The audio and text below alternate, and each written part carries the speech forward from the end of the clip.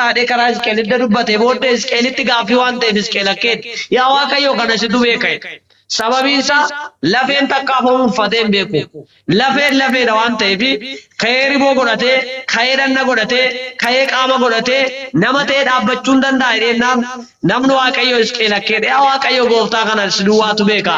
Kuni ulfaataadha. Akka kootti ulfaataadha. Ilaali keessa deddeebiitti jedhe. Waan inni fakkaatu ilaalee. Arra hafuurri qulqulluun gaafa gara keenya dhufu amma waa'ee lafee miti amma sin kan isin foonii ilaaluu qabaattan waa'ee lafeen sun morgaa dhabee sana ta'e miti maaliif karaa Ermiyaas sabni Israa'el maaliif lafeetti fakkeesse waaqayyo maaltu keessan turre maaliif saba Israa'eliin lafee godhee akka lafeetti isaanitti dubbachaa ture tokkoffaa hafuurri waaqayyo isaan keessan turre sodaan waaqayyo isaan keessan turre keessa waaqayyo hafuura waaqayyootu isaan keessan turre jaalala waaqayyo raawwachaa waan hin turreef akka lafeetti fakkeenya saba Israa'el yeroo inni fudhatee ilaalla. Kanaaf namni hafuura qulqulluu of keessaa hin qabne du'aadha jechuudha. Namni hafuura qulqulluu of keessaa hin qabne du'aatu hin taane lafeedha jechuudha. Kanaafiti karaa nama waaqayyoo kanaati waan ati amma ilaalaa jirtu kuni lafeedha eeyyee. Amma garuu akkasitti hin jedhe. Lafee kanatti ani foonan itti godha. Lafee kanatti ani rubuun itti godha. Qilleensan itti kaasa. Ba'a biiftuuti lixa biiftuuti. Qilleensan itti kaasa. Qilleensi itti ka'u kun immoo isa ribuu isaanitti godhuudha.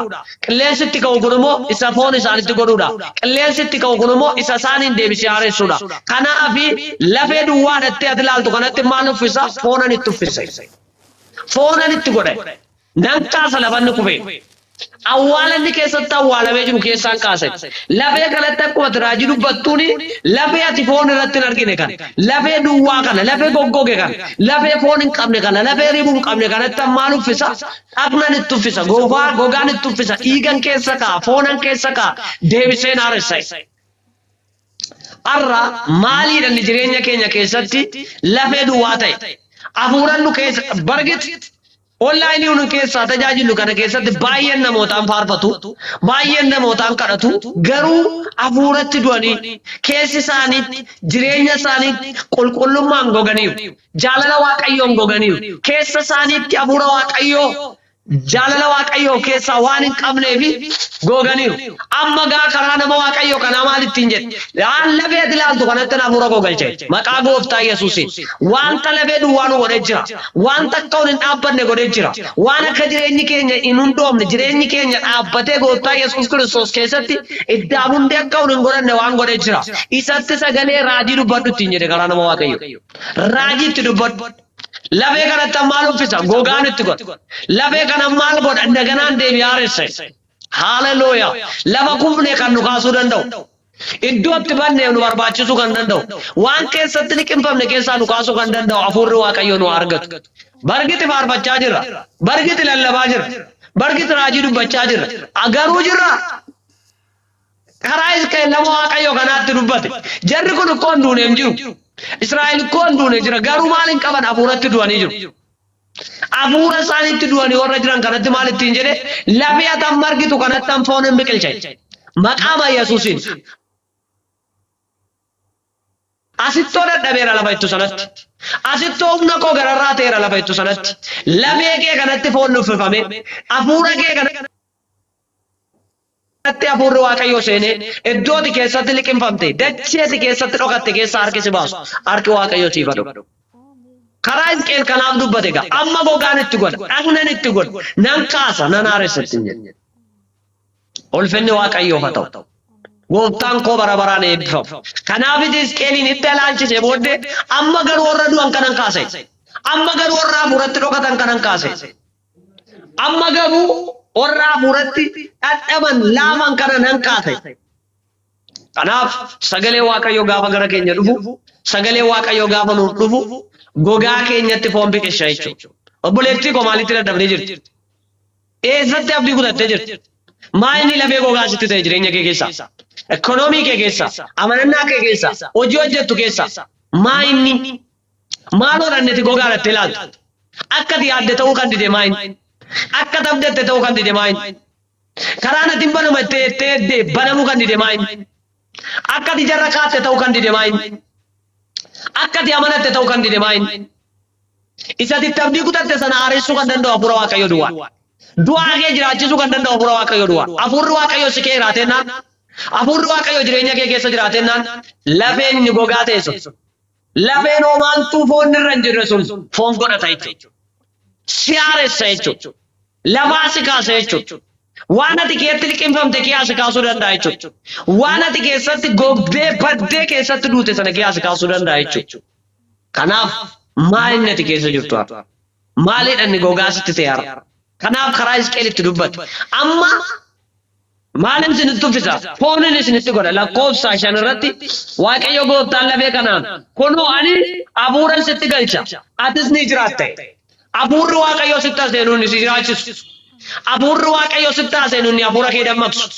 Hafuurri Waaqayyo sitti haasa'u ni duddoo kuftee si kaasu. Hafuurri Waaqayyo sitti haasa'u ni haala kee jijjiiru. Baay'een teknooloojiin sokkaniiru. Baay'een dandeettiin sokkaniiru. Kaapitaalaanis sokkaniiru. Dhoksaan hafuura Waaqayyo keessa jiraachuu. Waaqayyo keessa jiraachuu garuu jalaa miliqee jira. Kanaaf namni hafuuratti du'e. Kanaaf namni ka'uu dadhabe. Kanaaf namni waan keessatti liqimfame keessaa ka'uu dadhabe. Iddootti liqimfamne immoo nu kaasuu kan danda'u hafuura Waaqayyo qofa. Hafuurri Waaqayyo gaafa gara keenya dhufu maal ta'a? Waan keessa dhokanne keessaa nu kaasa. Hafuurri Waaqayyo gaafa gara keenya dhufu maal ta'a? Abdii keenya du'ee jiraachisa. Argitanitti hojjema macaafa qulqulluu keenya keessatti wangeela gooftaa keenya Yesuus Kiristoos wangeela waan boqonnaa 11 irratti inni isaan jaallatan obboleessi isaanii duunaan awwaalanii galan. Isa awwaala keessaa kaasee jiraataa godhu Yesuusin qabda. Isa du'aa kee jiraataa sii godhu Yesuusin qabdati. Garuu sirriitti keessatti jiraachuu. Garuu sirriitti akka dubbii isaatiitti deddeebi'u. Garuu sirriitti waa inni sirraa barbaadu taatee argamu. Du'aan kee gaafa jiraata. Hafuuratti gaafa dammaqtu. Raajiin sitti dubbatame sin kaasu. Namoonni see tokko tokko onlaayinii kanarraa kan isaan irraa maayini raajiin. Waaqayyo hin ceeda akka inni siin jedhu. Waaqayyo gaa'ila argatta akka inni siin jedhu. Waaqayyo ikoonomiin kee akka siin jedhu barbaada. Jalqabati jiraachuu qabda. Jalqabati lafa kuftee ka'uu qabda. Jalqabati waan si dhosse kee haa ka'uu qabda. Jalqabati waan si liqimse kee haa ka'uu qabda. Ati fayyaatti jiraachuu qabda jalqaba. Keessi kee inni liqimfame sun, keessi kee inni dhugame sun, inni kadhannaa si dadhabsiise sun. Namoonni baay'een hin kadhatan. Raajonni akka dugdaan ciisanii akka raajonni kadhatanii barbaadu jechuudha. Amma akkamitti sagalee Waaqayyo kan inni jechaa jiru sin kaasaa foonen sitti godhaa gogaan sitti uffisaa hafuuran sitti galchaa ati immoo jiraatta siin jechaa jira karaa Hisqeel Waaqayyo. Waan ati du'aa dhatte sanaan kaasaa siin jechaa jira Waaqayyo. Fayyaatti akka ati jiraattu godha hafuurri qulqulluun. Kanaaf awwaalanii deebi'an bira. Sababiin isaa du'aan kan barbaachisu awwaaluu duwwaadha waan ta'eef hin awwaalan. Obboleessa jaallatan awwaalanii deebi'an. Obboleessa jarra kaatan awwaalanii deebi'an. Maa inni arras jala awwaalan? Maaliif?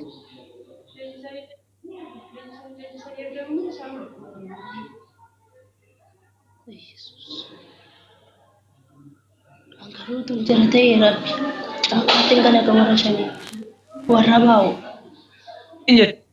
Lafee kanattan foon uffisa. Lafee kanan deebise haares. Lafee kanan akka inni jiraatu godha. Lafee ilaaltu kanatti maalan galcha? An kun hafuura koo maal godha? Sittan galcha? Ati ni jiraatta? Ani ribuu si keessa nan kaa'e. Maakaataa saapraa diyaaba. Ribuu sitti godheera hafuuraan. Waan si laaffise keessaa si baaseera. Waan sitti dukkanaa'e keessaa si baaseera. Waan abdii si kute keessaa si baaseera. Waan sitti bitaachee keessaa si baaseera. Waan kanatti gochisu wallaalchise keessaa si baaseera. Waan sitti dhadhaa'e keessaa si baaseera. Waan qabeessi dhaabe keessaa si baaseera. Rooba hatii gabaa dagaa dabaa. Haleluuyaa. Kanaaf sagalee Waaqayyoo isa kana dubbata. Ribuun itti godhe. Qaaman itti uffise. Nan jiraachise. Kun kan inni danda'amu filoosofii namaatiin. Saayinsii namaatiin miti. Hin jiru saayinsii keessa. Lafee mini waan dhukkubsataa fayyisuu hin danda'an saayinsisoon. Dhiisi lafee. Lafee goggoge dhiisaati. Lafee goggogeetti foon uffisuu kan danda'u, ribuutti gochuu kan danda'u sagalee Waaqayyooti. Inni maalitti godha? Ribuutti godha. Foon itti uffisa. Maakiraatii alaabos. Utuu qoostonni qoosanii, utuu warri taphatanii maqaa gooftaa Yesuusiin. Kunoo ulfaataadha waan ateetti. Ulfaataa gootee maqaa ulfaataa waan ati laatteefitti Waaqayyo lubbuutti godha. Hafuuratti galcha. In haares. In kaasa. Hin dhaabu. Inni guddaan bara hamaa keessa akka jiru yaadadhaa obboleettan ko. Waan gurra keenyatti tolu duwwaa dhaggeeffachuu barbaadan. In ceetaa duwwaa dhaggeeffachuu barbaadan. Eessatti nadhabee jira dhaaf laala. Arra bara kan ol daaroo dhufan namni dadhabeen jira kadhannaa na barbaachisa namni nun argitan. bakka akka milkaa'u akka balbalina banamu akkan biyya alaatiin immoo Dubaay dhagara Kanaadaa akkan deemu Jarmaniin akkan deemu iddoo garaagaraa akkan deemu biyyoota faayinaansiidhaan ol kaan akkan deemu of akkan danda'u gaa'ila akkan argatu sana akkan argatu manaamina akkan argatu inni kanan waanuma qusaaqusi jechuudha.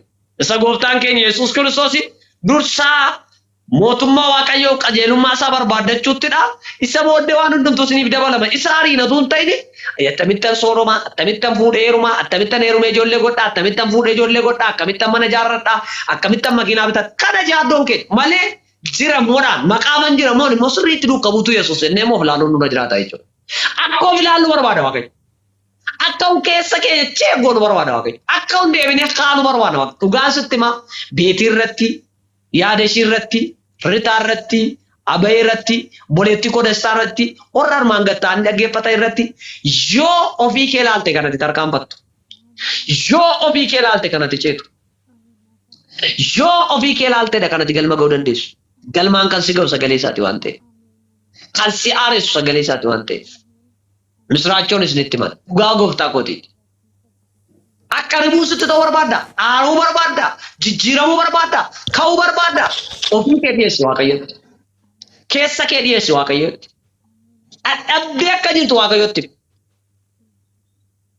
Kanaafidha bara keessa jirrutu bara namoonni hedduun dhadhabbii isaanii Waaqatti matan utuu hin ta'in cubbuu keessa gangalachaa waan hin taane hojjechaa wanta Waaqayyotti hin tolle dalagaati haaleluyaan bara lafatti tumuudha amma godhu.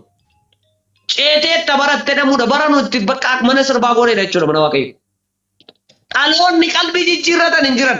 Ammoo daamti qalbii jijjiirrachuun አያስፈልግም አንድ ጊዜ ድነናል የሚሉ ሰዎችም አሉ። አንድ ጊዜ ድኛለሁ ለኔ ንስሐ መግባት አያስፈልግም የሚሉ ሰዎች አሉ። ንስሐ መግባት ያስፈልጋል። ያ ነገር አገደረችው ኑሮ ጅራት እዶጉን የከውዳ ያ ነገር አገደረችው ኑሮ ጅራት ነጋ Waaqayyo ሲፈታውም በገነጋን ሙፍቲ nagaa keessa manneerra.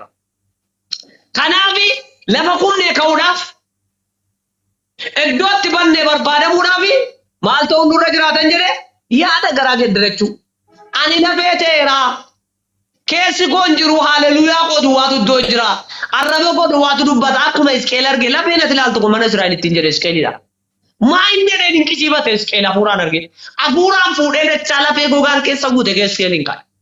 Afuuraan fuudhee lafa dhabee maa inni inne Hisqeel achi ilaalee as ilaalche dachaa lafee gogaan keessa guute keessa afuuraan naqaa'e. Migarmi nagar akkasini fooniin lafee dhiisaati nama. Sagalee kana namoonni hedduun Hisqeel lafee dachaa lafee gogaan keessa guute argedha waama lafeen lafa guute yeroo isinitti fakkaata miti akkam miti. Lafee fiizikaalaan argamu miti lafee ijaan argamu miti.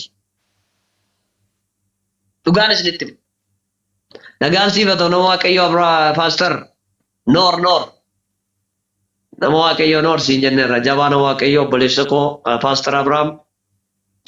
Kanaaf lafee gogaa kan inni itti argisiise sun Hisqeelitti nama Israa'elitti. Lafee amma dachaa gogaan lafeen keessa guute argitee taa'ee inni gaa maalidha? Mana Israa'el. Israa'el akka kana gogeedha. Eessatti hin kufeeran? Eessatti hin dhaabbadheeran? Sirriidhaa deemsi koo, sirriidhaa faarfannaan koo, sirriidhaa lallabni koo, sirriidhaa kadhannaan koo, ennee of ilaaluu nurra jiraata. Akka of ilaaluu barbaada Waaqayyo. Sidii galeera. Yoo of ilaalle hin tarkaanfatu. Yoo of ilaalle nu bari'a. Yoo of ilaalle lafa qonnee kaan. Yoo of ilaalle dukkanni keenya nif. Yoo of ilaalle karaan nutti banama. Yoo of ilaalle mul'anni keenya bal'ata. Yoo of ilaalle rakkannee karaatti hin qabne namu. Jechi namaa karaatti nu naafu. Ololli seexanaa karaa nu naafu. Warri mul'ata namaa cabsan, warri mul'ata namaa daangessan, warri ce'umsa namaa daangessan karaa nu naaban. Yoo maal taane yoo of ilaalle. Anoota of ilaalu barbaada Waaqayyo. Akkuma Hisqeeliin argisiise manni Israa'el akka kana gogeeraa dhe Waaqayyo. Yaa obboleettii koo amma barbaadde lallabi. Amma barbaadde faarfadhu. Yaa obboleessa koo amma barbaadde barsiisi kadhadhu. Hafuurri namaanis siif ajajamu. Ati hin jirtu taanaan rakkisaa. Argitaniitu bartoonni Waaqayyo isaan eebbisu namoota baay'ee namoota bebbeekan namoota hojii Waaqayyo lallabu waan lallaban jiru akka Paaster Abrahaam. Namoonni hedduun keessa jirtu namoonni lallabaatu ta'u. Argitaniitu bartoonni ishee tokko dhaqanii hafuuramaa baasaniitii dhufaniiti Gooftaa jedhanii lafa ciranii baay'ee gammadanii jedhanii hafuuramaan nu baay'inaan baate hafuuramaan jedhan. Hin argine hafuuramaan dikkee dhufanii bartuu gooftaatti. Inni dinqisiifatanii. Maaliif akka jedhan beektu? Dikkii itti fakkaata jechuudha. Hafuuramaa baasaa jiraachuu dandeenya. Dhukkubsataan harka keenyatti fayyaa jiraachuu danda'a. Moo maayyuu miti. Waanuma tokko si dinqisiifachiisi. Waanuma tokko dinqisiifati. Dhugaan sitti maal? Akkasiin taa'ee jira, biyya alaan bahee jira, achiin deemee jira, Jarmaniin hin jira. Namoota olii gad deeman kan hin dinqisiifatina. Laga ce'anii tajaajilu, Ameerikaa dhaqanii tajaajiluun ballachuu tajaajilaa miti. Jijjiirama mul'isu. Dirreen tajaajilaa ballachuu jijjiirama mul'isu. Of ilaaluun garuu jijjiirama mul'isu. Lallaba of ilaaluun, faarfannaa of ilaaluun, kadhata of ilaaluun, raajummaa of ilaaluun, jilba of ilaaluun, mana of ilaaluun, waldaa of ilaaluun, saba of ilaaluun, seektara keessaa hojjennu ilaaluun, mana keessa jiraannu ilaaluun. Sirriitti lafeedha moo ani foonan qabaa? Keessi koo lafeedha moo foonii? Lafeedhaan nan jira moo foonii nan jira? Hafuuraan nan jira moo haleluyaa godhu waatu iddoo jira? Faarfannaa godhu waatu iddoo jira? Faarfannaa hin lallabu. Kanaafidha Hisqeeliin amma gaattiin jedhe ribuu sitti godhattiin jedhe. Sin deebisa dadhabdeetta. Ati of gatteetta ka'uu hin dandeenye, milkaa'uu hin dandeenye, haara'uu hin dandeenye, iddoo guftee ka'uu hin dandeenye. Amma gaalafeessatti ilaaltu kanatti ribuutti godhattiin jedhe lakkoofsa jaarratti. Hisqeel boqonnaa 37 ilaalaa jirra obboloottan ko. Boqonnaa 37 lakkoofsa tokko kaafnee ilaalaa jirra. Kanaaf ani ribuu si keessa kaa'a. Foonan sitti godha. Gogaan sitti kaa'a. Maasaa kaatiyaa sitti uffisa. Hafuura si keessa nan kaa'a. Ati ni jiraatta. Yemmus ani Waaqayyo akkan ta'e ni beekta. Hin jirtu garuu maal sitti godha? Waa, haleluuyaa. Daaraa labaa diyaabos. Saakroota piraatiidha laba hateegaa. Akkati jirri argeera hafuuran qabdu, ribuun si keessa hin jiru, foonni sirra hin jiru, gogaa duwwaa taatee jirta. Amma garuu maal sitti godha? Ribuun sitti godha. Sitti kaa, foonan sitti godha, gogaan sitti uffisa. Alaaboo saapiraaba. Hafuuran si keessa kaa, hafuurri keessaa baheeraa jechuudha. Maal jechuudha? Hafuurri kan jiru deemaa hin jiranii, faarfachaa hin jiranii, kadhachaa hin jiranii, dubbachaa hin jiranii. Lakkiyyuu. Waaqayyo ayyaana isaa nuuf baay'isu. Nama dhaabatu nu haa godhe Waaqayyo. Nama jiru nu haa godhe Waaqayyo. Barri keessan haa eebbifamuun kadhanna xiqqoo nama Waaqayyoo kana baay'ee kabajuun dubbisaa sabooddee wajjin kadhanna. Nama Waaqayyo paaster nagaan siif haa ta'u mi'uutii irraa kaafadhaatiin na dubbisaa. Nagaa Waaqayyo isiniif haa ta'u paaster nagumaa. Nagaa gooftaa galatu paasterii koo akkam jirtu? Jira gooftaa tolu fayyaadha. Baga nagaa taatan nagumaa isin akkam? Nagaa galata Waaqayyo akkami paaster? Waaqayyo ulfaatu fayyaa keessanii paaster? Jira galata gooftaa Yesuus. Tajaajilli akkam? Tajaajilli gaariidha. Waaqayyo ulfaatu baay'ee ni keessan arganii isin dubbisuun dirqama ni gaa. Waa'een lallabaa, waa'een kadhannaa isiniif haaraa miti isinii gala. Anuu lallaba kee argeetan seene iddoo naa mijatullee hin jiru. Lallaba sagalee madagayeetan seene. Abbaan kosee eebbinuuf kadhachuu fi waan isin mijatu jechuudha. Amma iddoo naa mijanne hin jira. Kanaaf yeroo naa mijatutti deebi'uu daqiiqaa muraasa ture. Lallaba keetti kan lallaba garuu dhaggeeffachuu nan danda'a. Tole paasterii kosh. Uftaan bara keenyaa eebbisu. Egaa daqiiqaa muraasatti dhufnee kadhannaa. Kanaaf dhugaan isinitti hima. Abbayee irratti, obboleettii koo Reettaa irratti, obboleettii koo Beetii irratti, yaada ishii irratti, ammee irratti, akkasuma paaster dabalate, namoonni armaan gad jirtan irra dabalate nu barbaachisa. Maal ta'u nu barbaachisa? Foonni nu barbaachisa, hafuuratti deemuun nu barbaachisa, ka'uun nu barbaachisa. Kanaafidha karaa Hisqeel kan inni itti dubbate. Hisqeeliin karaa itti dubbate. Maalan si godha? Maalan sitti ka'a? Gogaan si tuffisa. Deebisee si dhaaba. Kufteerta garuu sin kaasa. Dhokatteerta garuu sin mul'isa. Baddee jirta garuu sin barbaachisa. Iddoo itti dhokatte, iddoo itti liqimfamtee jirtu sana keessaan si kaasa. Maqaa Yesuusiin lallaba kee irratti Waaqayyo mul'atu. Faarfannaa kee irratti, kadhata kee irratti. Kiristaanummaa sirrii isa hundee gadi fageeffate. dubbii sagalee waaqayyoo sabuura godhata. Kanaaf Hizqeeliidhaani amma kana booddee maal asitti godha? Gogaan sitti uffisa, dhagna sitti godha, ribuun si keessa kaa, ati sin jiraatta. Waaqayyo nu adeemsu yaa obboloota. Gogaan nutti haa godhamu, foonni nutti haa godhamu. Inni nu haaressu hafuurri waaqayyo nu argatu. Inni nu jijjiiru hafuurri waaqayyo nu argatu. Bara rakkisaa keessa akka jiru hin dagatina. Nama lallabu karaa deemaa nu lallabaa jira. Kana deemaa nu raajii raajaa. Waldaa keessa nama raajii raaju namni nu. Online kanarraa nama raajii nutti raaju namni nu. Nama isa goge kana sagalee raajiitti dubbatudha. Dhaloota goge, dhaloota kiristaanummaan harkatti rukutan, dhaloota waaqeffannaan harkatti rukutan, dhaloota dubbii waaqayyoo keessatti goge nama haaressu barbaada. Malee nama nutti lallabu baay'ee qaba. Nama dhiqqii bakka kottu siin kana dhaabuu namaan baasee dhufe, nama diraamaa nuu barreegee raawwatee hojjetu baay'ee qaba. Nama dhaloota kufe, nama dhaloota bitaatti gale. Nama dhaloota dukkanni isa rakkise kana dukkana keessaa butee baasu ati hin jirtu kan namatti hin jedhu garuu nama. Nama makiinaa nutti raaju baay'ee qaba. Nama mana nutti raaju baay'ee qaba. Nama gaa'ela nutti raaju baay'ee qaba. Nama kaapitaalli iskeeliin damoosa keenya akka dabalu godhu baay'ee qaba. Nama baay'ee qaba. Nama dhaloota lafa gogaa ta'e kana immoo qayi dammaqii dhaabbadhu deebii nama jedhu garuu nama. Nama na gorsu na beeku. Nama kanaan itti argisiisu na beeku. Nama dhaloota jireenyi itti taa'e kana kaasuu qabne nu. Maaliif biyyi keenya rakkinatti kun? Durqoo kadhannee faarfannee abboonni keenya koo durii nuun amma hafuura qaallichaa hafuura minaamine innee fannamini. Yaa Waaq nuu roobi yaa Waaq dachee keenyaaf nagaa buusutu madanii koo nagaan bu'aa ture. Biyyuun keessa jiru biyya wangeelaan guutuudha jennaan. Biyya baay'ee waanniidha jennaan. Dura abboonni keenya gaaratti ol ba'anii bishaan waan itti agaranii yaa Waaq nagaa nuu buusennaan nagaatu dhufaa ture. Yaa Waaq nuu roobi yaa Waaq akka nuu godhe abboonni keenya. Akka inni argachaa arroo raajota guute waldaa keessa faarfattoota guute waldaa keessa.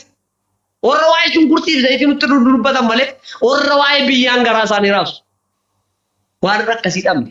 Kanaaf Hizqeeliin kaasee waaqayyo sabni kun hin jiru waldaa keessa jira malee hin jiru ittiin jedhe. Sabni Israa'el gogeera. Foonni irra hin jiru, gogaan irra hin jiru, waan tokko naanna isaa keessa hin jiru. Kanaaf itti dubbatu. Amma maalan sitti godha? Laara laabaatii aboos. Hafuura koo sitti galcha. Deebitee foon uffatta. Deebitee gogaa godhatta. Deebitee nanna godhatta. In uffatta dhagna. Sin haaressa. Sin kaasa. Duutee jirta garuu awwaala kee mana. Kanaaf hidhamu. Karaan mi'aas argitaniitu taanaan amma awwaala keessa nan bana isinis deebitanii kaatanii hin jiraattu kanaaf ittiin jedhe. Waaqayyo iddoon dhokanne kiyyaa nu haa kaasu. Waaqayyo lafa kun itti jallanne ilaalee nu haa deebisu. Nama akka nama cubbuu isaa himatu dhabne. Nama dhalootaaf karaa ta'u dhabne. Nama keessa isaa buddeen nyaatennaan uffannaan maan tokkotti hin dhaga'amne malee nama dhaloota kanaaf maan isaa buusee fuula waaqoo duratti kadhatu nagara. Nama bisikii qabu baay'ee qabu. Nama waa'ee biyyaaf sirriitti waaqayyo akkana dabalatee ofii kootti irraa ajaan jira. Barkiti gaafa lallabnu ofii keenyatti lallabaa lallaban. Dhugaan isinitti maal? Ani sirrii mini jechaan jiraan. Malee ani bakkee taa'ee isinitti lallabaa jira miti. Deebuu qabna. Waaqayyo foon nutti gochuu qaba. Waaqayyo gogaa nutti uffisuu qaba. Amma ka'uu qabna. Kadhannaan keenya dhaga'amuu qaba. Imimmaanni keenya dhaga'amuu qaba. Imimmaanni haadhota keenya dhaga'amuu qaba. Imimmaanni maanguddoota keenya dhaga'amuu qaba. Kadhannaan nuun kadhannu kadhannaa akkasii ta'uu qaba. Utuu cubbuu hojjechaa jirru maaliif waaqayyo callu malee nu ilaala beektu? Cubbamaa cubbuu isaa himatu na keessatti. ይሆናል ተባርካል እንደዚህ ይሆናል ተፈጽሟል ምናምን እንደዚህ ያለ ነገር ለለበከሲ ጤቴታ ጉዳቴታ ጤላ ጉሎ ዲቢን ከንባ ጨረቀቤቲዳ ጨረቀቤስ አያት ስሪሚቲ ዴቢ ነመኑ እንጀዱ በርባና ስረቅ ነመኑ እንጀዱ በርባና ኮቱ ዶት ዴቢ ነመኑ እንጀዱ በርባና ኮቱ ስሪሚን ያቲ ስረቅ ነመኑ እንጀዱ በርባና ዴቢ ኦፖሌቲኮ ነመኑ እንጀዱ ኢነጂ ነመኑ እንጀዱ ኢናቲ ነመኑ እንጀዱ ሶባን ዱጋም በይን እንጅብን ነመኑ እንጀዱ ኢነጂስ ነመኑ እንጀዱ ካራን አቢን ነመኑ እንጀዱ ኦፕሽኔች ነመኑ እንጀዱ በርባና ነመ ጎርሰኑ ዴቢሱ በርባና ነመኑ ትደከሙ በርባና ነመ ለለበደ ከኛ ከውስሬፈኑ ኑፍ ጎዱ በርባና ካና በርባድ ቢገ ባምራ በርባ ራጆታ ዋቀዮ ከደመከለ ያሉ ቃሲም nama garaa qulqulluudhaan waaqatti siqu, nama laphee banaadhaan waaqatti siqu, nama garaa qulqulluudhaan waaqatti siqu, nama kadhannaan isaa dhaga'amu barbaanna. Akka Eliyaas nama bokkaa dhaabu, akka Eliyaas nama bokkaa roobsu, akka Eliyaas nama wanta hin taane raajota jalloota iddoo aarsaatii xaragu nama akkasii barbaanna. Orra garaa muratan barbaanna. Orra akkasii barbaada. Waldaan kana barbaada. Abboonni keenya kana barbaada. Akkamitti mana abboota keenyaa dhaga'ama duun waan ta'an hojjenna. Iddoo aarsaarraa gadi buunee annee dhumna ejjina. Waan taane goona. Waan waaqayyotti hin tolle hojjenna. Waan garaa waaqayyoon jaalle goona. Ol jibbina, ol xallabna, walitti naafna, maqaa ol balleessina.